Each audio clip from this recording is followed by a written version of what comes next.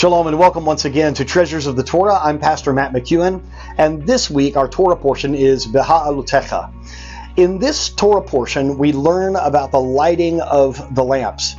Aaron is instructed, as it says in the Hebrew, to raise a light. Speak to Aaron and say to him, it says in Numbers 8:2, when you raise light in the lamps. This is interesting. Let me read to us something from both Rashi and the Midrash, and then something that will go along with it from Nachmanides, something that's very interesting about the light of the menorah. Aaron did not bring an offering for the sanctuary's dedication. See in the previous parasha, when everyone is bringing an offering, Aaron, representing the tribe of Levi, does not bring an offering, and he is saddened about this.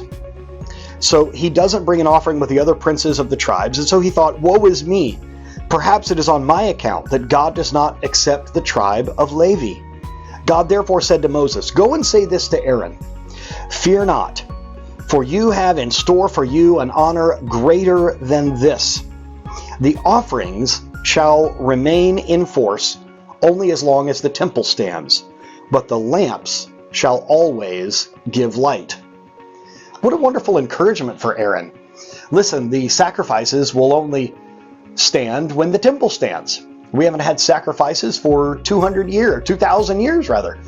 The temple isn't standing, so we don't have sacrifices. But it says here that God instructs Moses to tell Aaron, but the light will continue to give its light. But wait, if the temple isn't standing, well then the menorah isn't lit.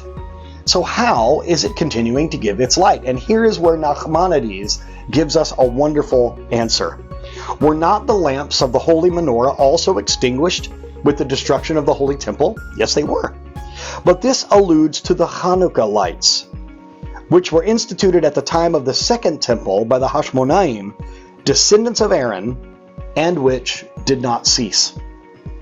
We light the Hanukkah menorah, the Chanukiah, every year. The light goes on and on and on throughout the generations. And so in that way, the light does not cease. And if you want to look at it this way, maybe in a midrashic way, the light of the temple, the light of the Torah, goes forth with you and I throughout the world. You know, it was the mission of the Jewish people to be Or Lagoyim, a light to the nations, a light to the Gentiles. And there are some of us, like myself, Gentiles, that have taken upon themselves a Jewish identity, have taken upon themselves an identity with the house of Israel, and we are helping to spread that light, not only back to Israel, back to the Jewish people from whence it originally came, but also to other Gentiles, the light of Torah. We cannot let it be extinguished. We will not let it be extinguished.